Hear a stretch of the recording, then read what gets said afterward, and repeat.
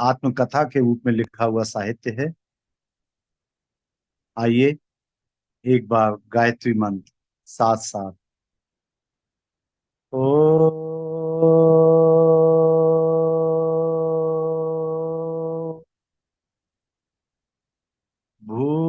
भूर्भुवः स्वः तत्सवितुर्वरेण्यं भर्गो देवस्य धीमहि धियो यो नः प्रचोदयात्।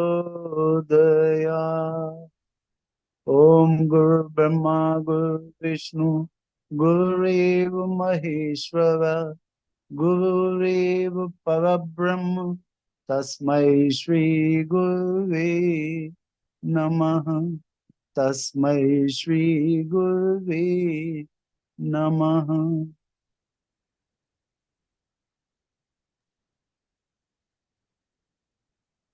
आत्मा परमात्मा के घर में एकाकी आता है। खाना सोना चलना भी अकेले ही होता है। भगवान के घर भी अकेले ही जाना पड़ता है। फिर अन्य अवसरों पर भी आपको परिष्कृत और भावुक मन के सहारे उल्लास अनुभव कराता रहे तो इसमें क्या आश्चर्य की बात है। अध्यात्म के प्रतिफल रूप में मन में इतना परिवर्तन तो दृष्टिगोचर होना ही चाहिए। पूज्य गुरुदेव यहाँ पर ये बता रहे हैं कि हमें अपने मन को एकाकी रहने में कोई दिक्कत नहीं है, ये समझाना पड़ेगा। इसके लिए गुरुदेव कह रहे हैं कि हर व्यक्ति परमात्मा की बनाई सृष्टि में अकेले ही आता है, अकेले ही खाता पीता रहता और सोता है। कहने को आपका परिवार है, लेकिन जब वापस आप जाते हैं इस सृष्टि से तो साथ में कोई नहीं जाता। फिर अन्य अवसरों पर भी आपको परिष्कृत और भावुक मन के सहारे उल्लास अनुभव कराता रहे तो इसमें क्या आश्चर्य की बात है। अध्यात्म के प्रतिफल रूप में मन में इतना परिवर्तन तो दृष्टिगोचर होना ही चाहिए। शरीर को जैसे अभ्यास में डालने का प्रयास किया जाता है वो वैसा ही ढल जाता है। गायत्री महाविज्ञान भाग 3 पंचकोशों के जागरण के विषय में गायत्री महाविज्ञान का भाग 3 है। उसमें जो प्रथम कोश है अन्नमय कोश, उसके लिए 4 साधन बताए हैं पूज्य गुरुदेव ने। वो है उपवास, आसन, तत्व शुद्धि और तप। उसमें जो तप वाला पार्ट है वो आपको 12 अलग अलग प्रकार के तप बताए गुरुदेव ने। अगर उसको आप थोड़ा थोड़ा भी करने लगे, जैसे आप शुरू में सिर्फ इतना करें कि भाई गर्मी में हम पंखे से काम चला लेंगे, बहुत गर्मी होगी तो कूलर से, एसी में नहीं बैठेंगे। अब घर में एसी होगा भी तो नहीं बैठेंगे। बहुत ठंड आएगी भी तो एक स्वेटर पहन के या जैकेट पहन के काम चला लेंगे, हीटर नहीं तापेंगे। तो इस तरह से करके छोटे छोटे व्रत अगर आप लें, अणु व्रत, तो उससे आपकी तप साधना सध जाएगी। और वो तप साधना को साधने के लिए गुरुदेव ने ही ये लाइन लिखी है कि शरीर को जैसे अभ्यास में ढालने का प्रयास किया जाता है वह वैसा ही ढल जाता है। ये बहुत इंपॉर्टेंट लाइन है। अक्सर हम लोग जब भी मौसम में तेजी आती है, अभी बड़ी गर्मी है, अभी बड़ी गर्मी है, लोग गर्मी की बातें कर करके अपना को मित्र से मिलने जाएं और वो 15-20 मिनट तो इसी में निकाल देते हैं। बड़ी गर्मी है साहब, आजकल बहुत गर्मी। अरे गर्मी है, गर्मी के मौसम में गर्मी नहीं आएगी तो अनाज कैसे पकेगा? गेहूं के बालियों के अंदर गेहूं के दाने कैसे पकेंगे? गर्मी नहीं आएगी तो सागर की ऊपरी सतह से पानी कैसे वाष्पीकृत होगा? बादल कैसे बनेंगे? मॉनसून कैसे आएगा? हर मौसम में हर तरह की अवस्था होनी चाहिए, तभी समय का चक्र चलता रहता है। तो गुरुदेव ये कह रहे हैं कि हमें अपने मन को ढालना चाहिए। और गुरुदेव कह रहे हैं कि अध्यात्म के प्रतिफल रूप में, मतलब आप आध्यात्मिक रास्ते पे चल रहे हैं, है ना? तो आप अध्यात्म की साधना कर रहे हैं ना, तो अध्यात्म की साधना में मन में इतना परिवर्तन तो दृष्टिगोचर होना चाहिए कि वो विद्रोह ना करे। उत्तरी ध्रुव के एस्किमो केवल मछलियों के सहारे जिंदगी गुजार देते हैं।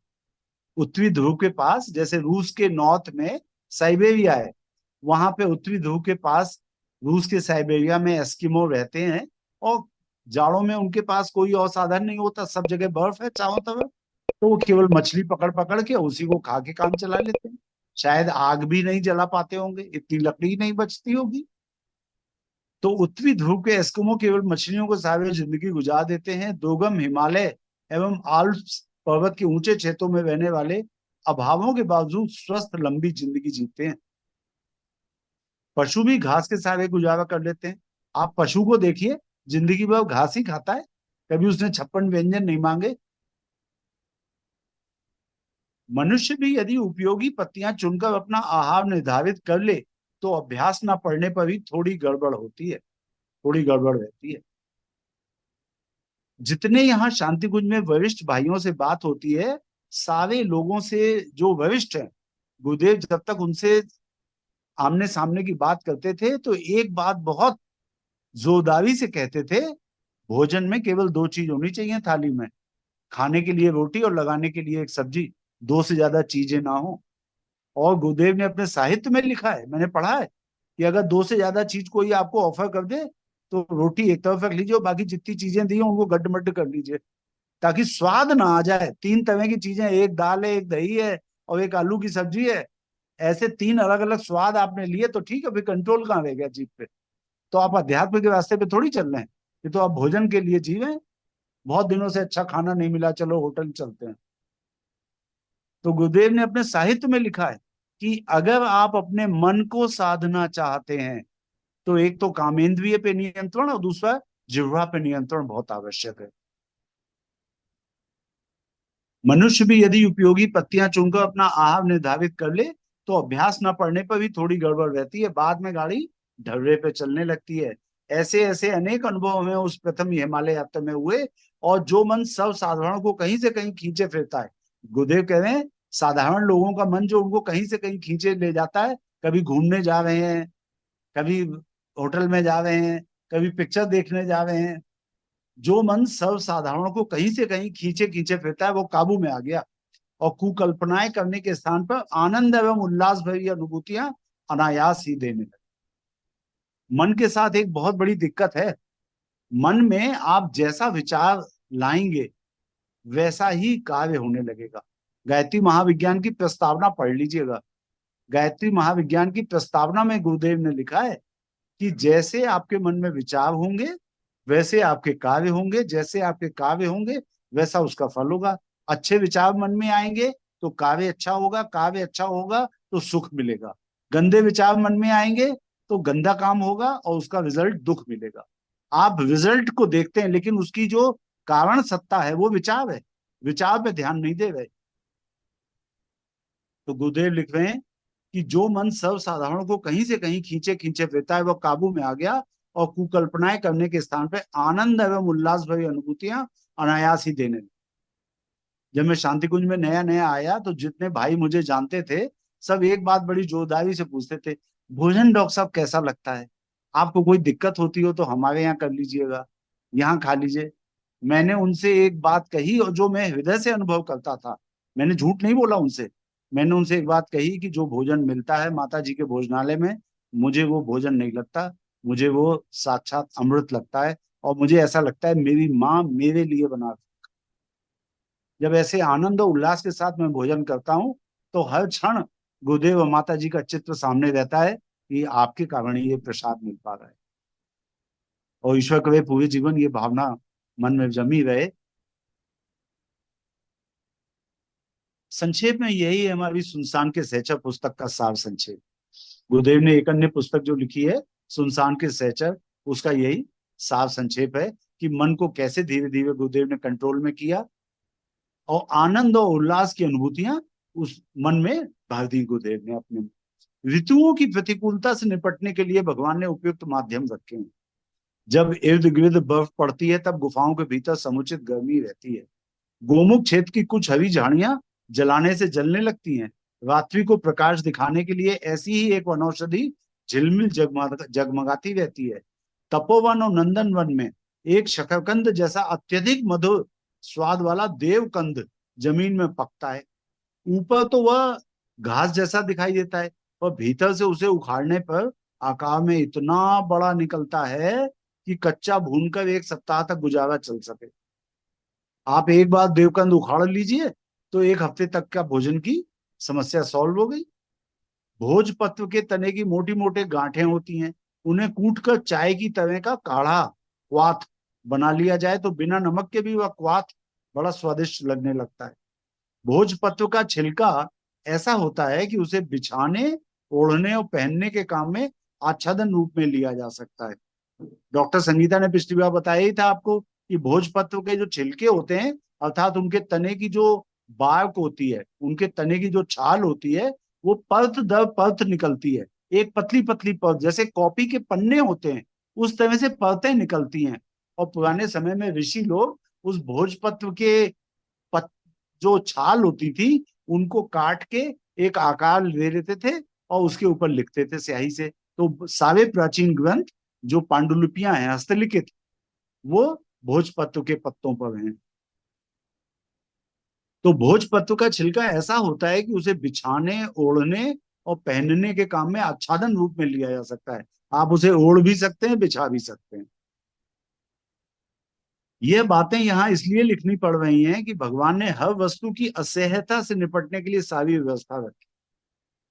यानी ईश्वर ने जहां पे एक ठंडा मौसम दिया है हिमालय पे, तो वहीं पे ठंडे मौसम से निपटने के लिए खाने के लिए देवकंद, ओढ़ने बिछाने के लिए भोजपत्र और चाय बनाने के लिए भोज वृक्ष की गांठें। परेशान तो मनुष्य अपने मन की दुर्बलता से अथवा अभ्यस्त वस्तुओं की निर्भरता से होता है।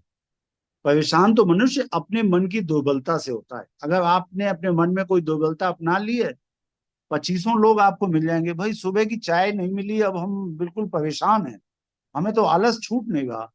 बिस्तर से तब उठेंगे जब चाय मिल जाएगी। आपने अभ्यास ऐसा कर लिया है। अबे चाय मिले ना मिले क्या करना। आप अपने शरीर को किसी भी चीज का आदी मत बनाइए। बहुत गर्मी है, पंखा मिल गया तो ठीक, नहीं मिला कोई बात नहीं। इतने सारे जानवर सब ऐसे गर्मी में घूमते हैं, उन्हें कौन सा पंखा उनकी खोपड़ी पे लगा हुआ है। आप अभ्यास करिए, बिना पंखे के आप रह सकते हैं। यदि मनुष्य आत्मनिर्भर रहे तो 3/4 समस्याएं हल हो जाती हैं। 1/4 के लिए अन्य विकल्प ढूंढे जा सकते हैं और उनके सहारे समय काटने के अभ्यास किए जा सकते हैं। गुरुदेव पहले तो एक बात ये बता रहे हैं कि मनुष्य परेशान क्यों होता है। परेशान होता है अपनी मन की दुर्बलता से या किसी किसी वस्तु पर निर्भरता से। गर्मी के दिनों में बिना पंखे तो भैया काम नहीं चलेगा। अरे गांव में जब पंखा नहीं था, लोग वृक्षों के नीचे आराम से बैठे रहते थे। हाथ का पंखा बड़े बूढ़े लोग इस्तेमाल करते थे, लेकिन तमाम लोग तो केवल वृक्ष के नीचे ही लेट करके काम चला लेते थे अपना। हमें किसी वस्तु पे निर्भर नहीं होना चाहिए। और मनुष्य अगर आत्मनिर्भर बन जाए तो 3/4 समस्याएं हल हो जाती। 1/4 समस्या अगर नहीं हल हुई तो उसका विकल्प निकाल लीजिए और उनके सारे समय काटने के अभ्यास कर लीजिए। मनुष्य हर स्थिति में अपने को फिट कर सकता है। उसे तब हैरानी होती है जब वह यह चाहता है कि अन्य सब लोग उसकी मर्जी के अनुरूप बन जाए। मुख्य परेशानी तो यही है, समाज हमारे हिसाब से नहीं चलता। बेटे की शादी हो गई, अब सास जी को प्रॉब्लम है कि जो बहू आई है वो उनके हिसाब से काम नहीं करती, और वो भी अपने पति पे भी कुछ हक जमाना चाहती है। अरे क्यों नहीं जमाएगी। अपने अपने माता पिता को छोड़ करके आई है, पूरे समाज को छोड़ के आई है, एक नई जगह पे आई है। और कई बार तो बच्चियां अपनी अच्छी खासी लगी हुई नौकरी छोड़ करके आती हैं। एक शांति कुंज में एक परिजन मिले अभी, इस समय आए हैं वो अमेरिका से। उनकी बहू जिससे उनकी शादी हुई, सरकारी नौकरी छोड़ दी उनकी बहू ने। और पति क्या करते थे, प्राइवेट जॉब। सोचिए, सरकारी नौकरी ऑफिसर ग्रेड की छोड़ करके उसने शादी कर ली एक प्राइवेट, क्यों, सिर्फ इसलिए कि वो गायत्री परिवार का बच्चा है। तो ये, लेकिन उसके मन में कोई दुख नहीं है। तो आज उसने अपने को अभ्यस्त कर लिया, हर परिस्थिति के अनुकूल ढालने की कोशिश की उसने। और वो इतनी अच्छी बच्ची है, उससे भी मैं मिला हूं। उसने मुझको एक बहुत अच्छी बात कही। उसने कहा, डॉक्टर साहब, हम रहते तो अमेरिका में, लेकिन मन हमारा शांति कुंज में रहता है। हमने कभी ये नहीं सोचा कि हम अमेरिका में रहते हैं। हम बस ये सोचते थे कुछ समय काट लें वापस चलना है। तो मैंने उसे बहुत अच्छी बात बताई, मैंने कहा बेटा तुमने इतना अच्छा जीवन बिताया है, वो गीता में इसके ऊपर एक छोटी सी कहानी दी है कि एक वैश्या और एक ब्राह्मण का घर आमने सामने था। ब्राह्मण हर समय वैश्या के घर की तरफ देखता रहता था, पूजा पाठ तो करता था, पर मन में उसके ये आता रहता था ये वैश्या कितनी आराम से रहती है, इसके घर जो लोग आते हैं खूब पैसे लाते हैं, इसके लिए गिफ्ट लाते हैं, बड़े बड़े स्वर्ण आभूषण दे जाते हैं। और जो वैश्या थी वो हर समय ये सोचती थी, गंदा काम जरूर था उसका, लेकिन हर समय सोचती थी ये ब्राह्मण देवता कितने अच्छे हैं, हर समय भगवान की पूजा करते रहते हैं। दोनों एक ही दिन मर गए। वैश्या को लेने के लिए विष्णु भगवान के दूत आए, और ब्राह्मण जी को लेने के लिए यमलोक से यमदूत आए। ब्राह्मण जी चिल्लाए, बोले अरे गलत जगह आ गए आप। यमदूत से बोले, उन्होंने कहा सही जगह आए, चुपचाप चलो यमलोक। बोले मैं तो पूजा करता था, बोले लेकिन मन कहाँ लगा रहता था, वैश्या के घर की तरफ। और बोले वो विष्णु लोक के लोग उसको ले जा रहे हैं वैश्या को, बोले उसका मन आपके घर की तरफ लगा रहता था, वो हर समय आप मन ही मन आपकी प्रशंसा करती थी। तो वो दीदी रहती जरूर अमेरिका में, लेकिन उन्होंने कहा कि हमारा मन सदैव शांति कुंज में रहता था, हम लोग सोचते हैं कब जहां से छुट्टी मिले और शांति कुंज पहुंचे। तो यही बात है, सबसे इंपॉर्टेंट बात तो ये कि आप, मनुष्य हर स्थिति में अपने को फिट कर ले। उसे तब हैरानी होती है जब वह यह चाहता है कि अन्य सब लोग उसकी मर्जी के अनुरूप बन जाएं, परिस्थितियां अपने अनुकूल ढल जाएं। ऐसा नहीं हो सकता। इस पूरे संसार के रास्तों पे से कंकड़ पत्थर कांटे नहीं हटाए जा सकते, आपके चप्पल पहनने की आवश्यकता है। दुनिया की सारी समस्याओं को खत्म नहीं किया जा सकता, आपके अंदर आत्मविश्वास चाहिए। बरसात आने को रोका नहीं जा सकता, छाता आपके पास होना चाहिए। तो परिस्थितियां अपने अनुकूल ढल जाएं, ऐसा नहीं हो सकता। यदि अपने को बदल लें तो हर स्थिति से गुजरा और उल्लास युक्त बना रहा जा सकता है। यानी आप अपने को बदल लें तो हर स्थिति को आप गुजर करके पास करके निकल जाएंगे और उल्लास युक्त बने रहेंगे। यह बातें पढ़ी और सुनी तो पहले भी थी, पर अनुभव में इस वर्ष के अंतर्गत ही आई। गुरुदेव कह रहे हैं सुना तो सब कुछ था, पढ़ा भी था, लेकिन अनुभव में अब आया कि भयानक ठंड हो तो कैसे निपटे। अपने मन में हर समय गाना न गाएं अभी ठंड है ठंड है ठंड है।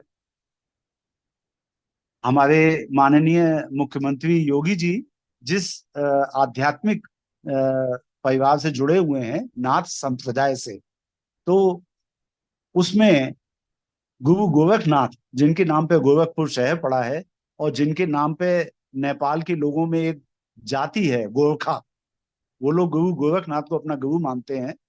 तो गुरु गोरखनाथ अपने गुरु मत्स्येंद्र नाथ की आज्ञा से हिमालय में तपस्या करने गए।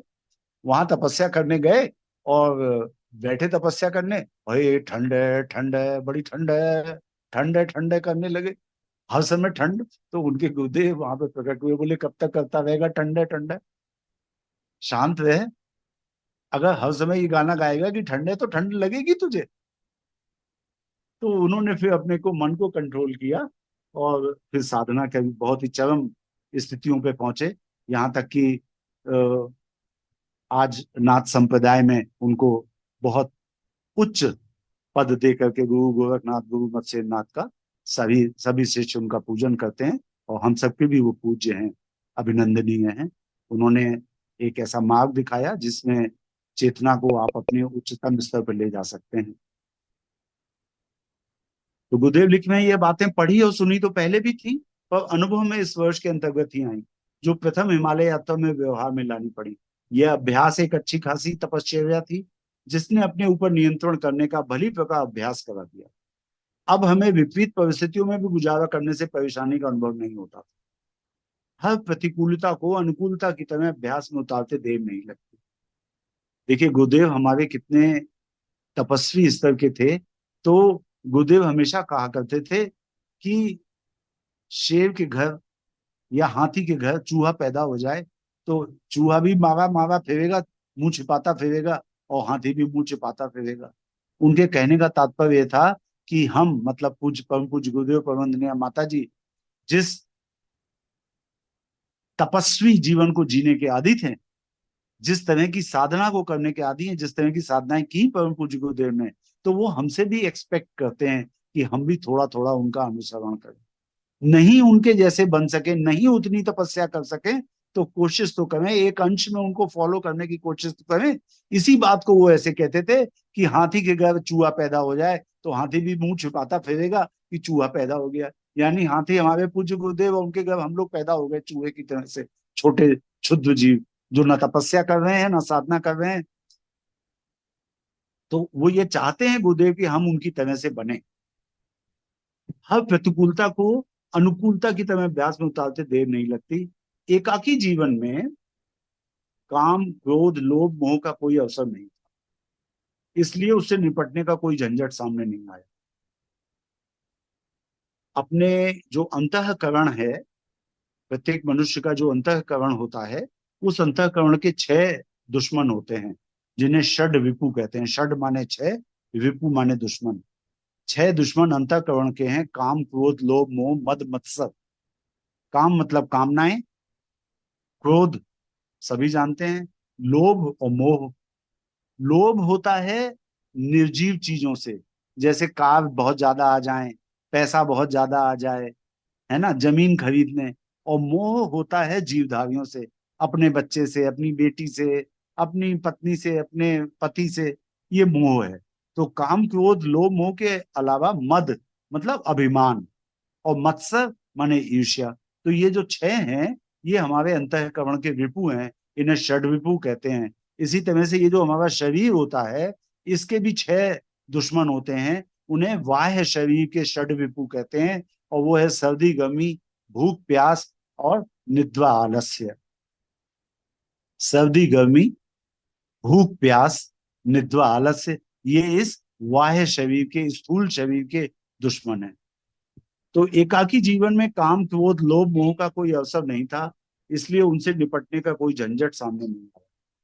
परीक्षा के रूप में जो भय प्रलोभन सामने आए, उन्हें हंसी में उड़ा दिया गया। यहाँ स्वाभिमान भी काम न कर पाया। सोचा हम आत्मा हैं, प्रकाश पुंज और समर्थ, गिराने वाले भय और प्रलोभन हमें ना तो गिरा सकते हैं ना उल्टा घसीट सकते हैं। मन का दृश्य सुदृढ़ देखकर पतन और प्रभाव के जो भी अवसर आए, वे परास्त होकर वापस लौट गए।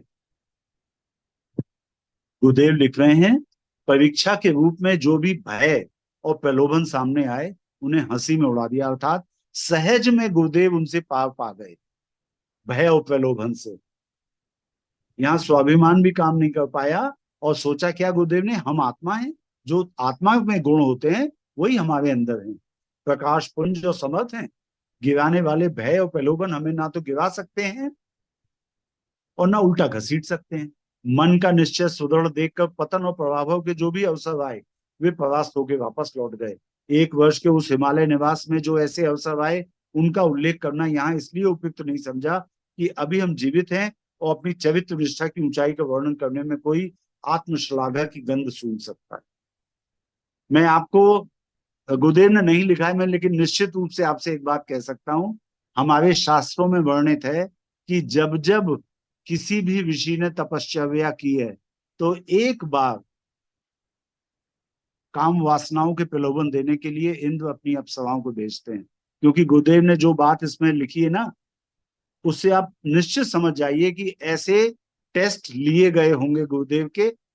मोस्ट प्रोबेबली, मैं कोई अथॉरिटी नहीं हूं मैं, लेकिन जो शब्द यूज किया, चरित्र निष्ठा, तो चरित्र निष्ठा की जो बात गुरुदेव ने कही है, तो इसका मतलब उनको काम वासना के प्रलोभन दिए गए होंगे अप्सराओं के द्वारा, जो कि उनकी ऊंचाई को टेस्ट करने का एक इम्पोर्टेंट, वो तो एक मार्क है। ठीक है, पर गुरुदेव कह रहे हैं कि मैं बता नहीं सकता आप लोगों को, क्योंकि उन इतने कठिन टेस्ट में आप पास हुए हैं। तो इतने कठिन टेस्ट में पास होने के बाद अगर गुरुदेव उसका वर्णन करें, तो अभिमान की तरह से लोग उसे आत्मश्लाघा का मतलब आत्म प्रशंसा, अपनी बड़ाई कर रहे हैं खुद। तो गुरुदेव ये कर नहीं सकते, लेकिन मैं निश्चित रूप से समझ पा रहा हूं कि ये एक ऐसे टेस्ट होंगे जिससे, जैसे नारद जी जब एक बार तपस्या कर रहे थे, नारद जी ने जब तपस्या करी, तो इंद्र को डर लगा कि ये मेरा पद लेना चाहते हैं। तो इंद्र ने तुरंत अप्सराओं को डिप्यूट किया। तो वहां पे उन नर्तकियों ने अपना पूरा जोर लगा दिया, दल बल के साथ गई और खूब वहां पे काम की और रति की ऐसी पीड़ाएं की उन्होंने, लेकिन नारद जी हिले नहीं। नारद जी नहीं हिले। उसके बाद वो ब्रह्मा जी के पास गए और उन्होंने वहां जाते ही सबसे पहले कहा कि पिताजी, क्योंकि नारद जी ब्रह्मा जी के मानस पुत्र हैं, तो उन्होंने कहा पिताजी, या ब्रह्मा जी जो भी उन्होंने यूज किया होगा, उन्होंने कहा होगा भगवान, मेरा टेस्ट लिया गया और मैं पास हो गया। मेरा टेस्ट लिया गया और मैं पास हो गया, काम पे विजय प्राप्त कर ली है मैंने। ब्रह्मा जी मुस्कुराए, बोले पुत्र, तुम और किसी को तो नहीं बताओगे ये बात? तो नारद जी बोले क्यों? तो उन्होंने कहा नहीं, मुझे बता दिया तो बता दिया, विष्णु भगवान को ना बताना। तो उन्होंने कहा नहीं नहीं नहीं नहीं, मैं तो बस आपको ये बताने आया था कि काम पे विजय प्राप्त कर लिया मैंने। शंकर जी के पास भी गए, उन्होंने भी यही कहा, ऋषिवर आप विष्णु भगवान को तो नहीं बताएंगे ये बात? उन्होंने कहा नहीं नहीं, मैं तो बस आपको ये बताने आया था, मैंने काम पे विजय प्राप्त कर लिया। उनके इस कथन में वो दोनों ईश्वरीय शक्तियों को ये समझ में आया कि ये आत्म प्रवंचना है, आत्मश्लाघा है, अपनी प्रशंसा कर रहे हैं ऋषिवर, यानी थोड़ा सा अहंकार आ गया। और हालांकि सबने चेताया, लेकिन वो माने नहीं और विष्णु भगवान के पास गए और बोले मैं तपस्या कर रहा था, अप्सराएं आई, उन्होंने नृत्य किया और मुझ पे कोई असर नहीं हुआ, मैंने काम पे विजय प्राप्त कर ली है भगवान। अब जैसे ही उन्होंने कहा मैंने काम पे विजय प्राप्त कर ली है, तो विष्णु भगवान ने समझ लिया कि इनको अहंकार हो गया, और अहंकार ईश्वर का भोजन है। भक्त के अंदर अहंकार वो देख नहीं सकते। उन्होंने तुरंत माया रची, एक ऐसा मनोरम शहर तुरंत उत्पन्न हो गया, जिसके राजा की पुत्री का स्वयंवर होना था। राजा की पुत्री अत्यंत सुंदर और साक्षात मां लक्ष्मी थी वो। उस राजा की पुत्री का स्वयंवर, और वो नारद जी उस नगर में पहुंचे, राजा ने उनका आवभगत करी, पुत्री को दिखाया, हे भगवान, हे ऋषिवर, ये इस पुत्री का स्वयंवर है, कल आप भी आइएगा। अब तो नारद जी खुश और तुरंत पहुंचे विष्णु भगवान पास। बोले भगवान, एक बात आपसे कहनी है, मुझे अपना स्वरूप दे दीजिए।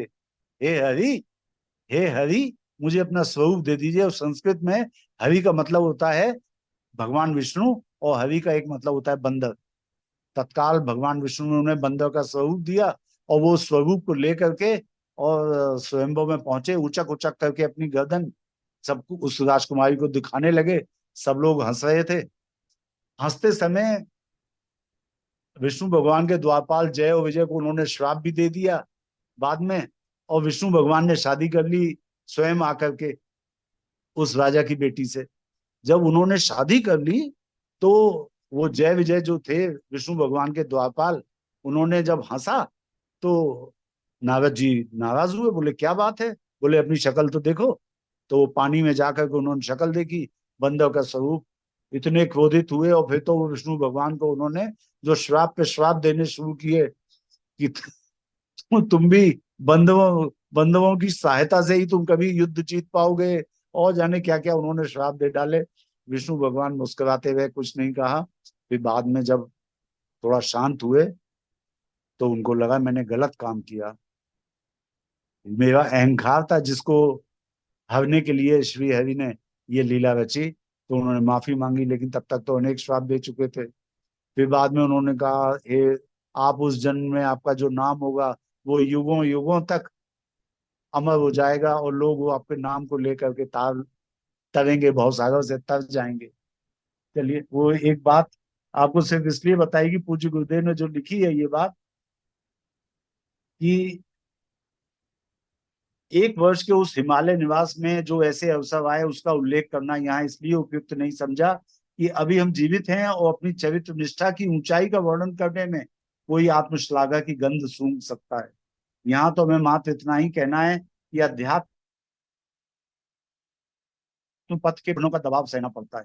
इनसे जूझने के लिए हर पथिक को कमर कसकर तैयार रहना चाहिए। जो इतनी तैयारी ना करेगा, उसे उसी तरह पछताना पड़ेगा जिस प्रकार सर्कस के संचालक और विंग मास्टर का पद बिना तैयारी किए कोई ऐसे संभाल ले और पीछे हाथ पैर तोड़ लेने अथवा जान जोखिम में डालने का उपहास कराए।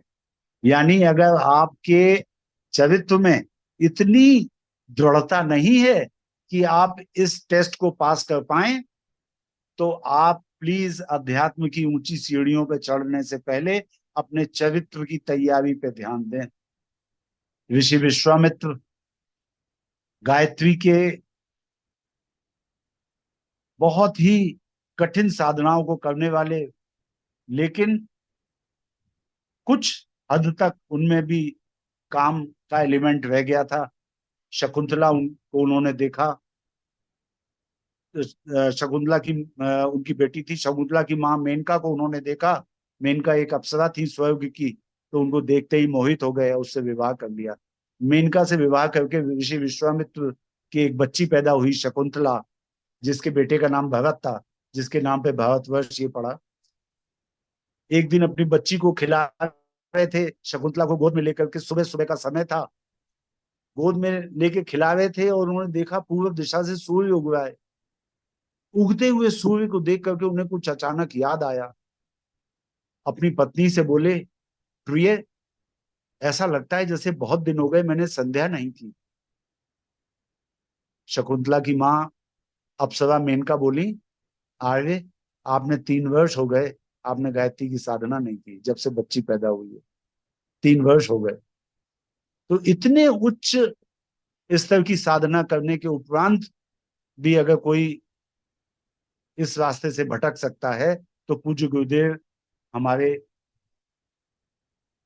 सही हमको समझा रहे हैं कि जो अध्यात्म की राह पे चलना चाहता है, और वो इतनी अगर तैयारी नहीं करेगा, चरित्र को दृढ़ नहीं बनाएगा, तो उसे उसी तरह पछताना पड़ेगा जिस प्रकार सर्कस के संचालक और विंग मास्टर का पद बिना तैयारी के, बिना नॉलेज के कोई सर्कस का विंग मास्टर बन जाए, शेरों के बीच में जाएगा, शेर खा जाएंगे उसे। अध्यात्म के रास्ते पे चलेंगे, चरित्र आपका मजबूत नहीं है, दृढ़ता नहीं आई आप में, काम वासना पे नियंत्रण नहीं किया, तो वही होगा जो नीचे गिरने वाले हर व्यक्ति का होता है।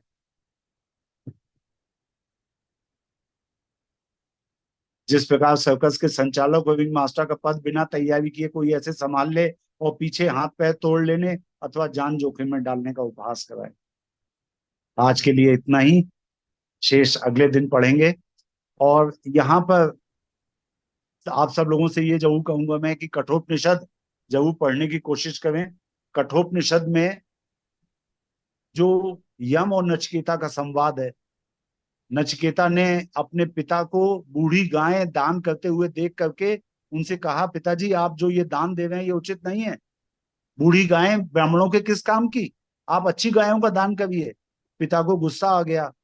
बार बार जब उसने कहा कि इससे अच्छा तो मुझे ही दान कर दीजिए, मुझे किसे दान करेंगे, मुझे दान कर दीजिए, तो गुस्से में उनके पिता ने कहा, तुम्हें मैं यम को देता हूं। और वो छोटा सा बालक यम के द्वार पर जाके खड़ा हो गया, 3 दिन तक खड़ा रहा। यम जब उसको लेने के लिए दरवाजे पे आए कि बेटा 3 दिन तक तुम्हें वेट करना पड़ा हमसे मिलने के लिए, मैं तुम्हें 3 वरदान देता हूँ। तो पहला वरदान तो उसने मांगा कि मेरे पिता मुझसे नाराज हो गए मेरी बातों से, तो वो नाराज ना हो मुझसे। देखिए बालक कितनी अच्छी बात मांग रहा है। उन्होंने कहा ठीक है बेटा, तुम्हारे पिता तुमसे नाराज नहीं होंगे। उन्होंने दूसरी बात और तीसरी बात जो वरदान के रूप में मांगी, उसमें नचिकेता ने एक ही बात कही कि अमर होने के लिए मुझे आप ऐसे सिद्धांत बताइए जिससे मैं पंचाग्नि विद्या या अमरता के सिद्धांतों को सीख सकूं, मृत्यु क्या है, मृत्यु के बारे में जान सकूं, अमरता कैसे मिलेगी। तो यम ने उसे अनेक तरह के प्रलोभन दिए, तुम्हें अनंत काल तक पृथ्वी का राज्य देता हूं। उसने कहा कुछ नहीं चाहिए, मुझे तो बस ये जानना है अमरता के सिद्धांत क्या है, अध्यात्म क्या है। तो यम ने उससे कहा, अध्यात्म पे चलना छुरे की धार पे चलने के समान है। तो अध्यात्म पे चलने का अगर आपने निश्चय किया है, तो ये मान करके चलें कि आपको अपना चरित्र एक उच्च स्तर का बनाना पड़ेगा। अध्यात्म पे चलना छुरे की धार पे चलने के समान है। ओम शांति। डॉक्टर साहब, नारद मोह और विश्व सुंदर की कहानी बहुत बढ़िया से समझा दी। हाँ हाँ। वो वो सिर्फ इसलिए जी कि जी किसी भी भक्त को कभी भी अहंकार नहीं करना चाहिए।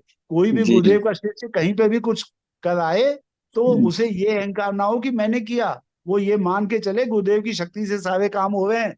हमारे जी जैसे कितने लोग कितने युगों में पैदा हो गए, कोई कुछ नहीं कर पाया। जब तक कृष्ण नहीं आते, राम नहीं आते, श्री राम नहीं आते, तब तक युग का उद्धार नहीं होता, भक्तों का उद्धार नहीं कर सकता कोई। सभी को प्रणाम।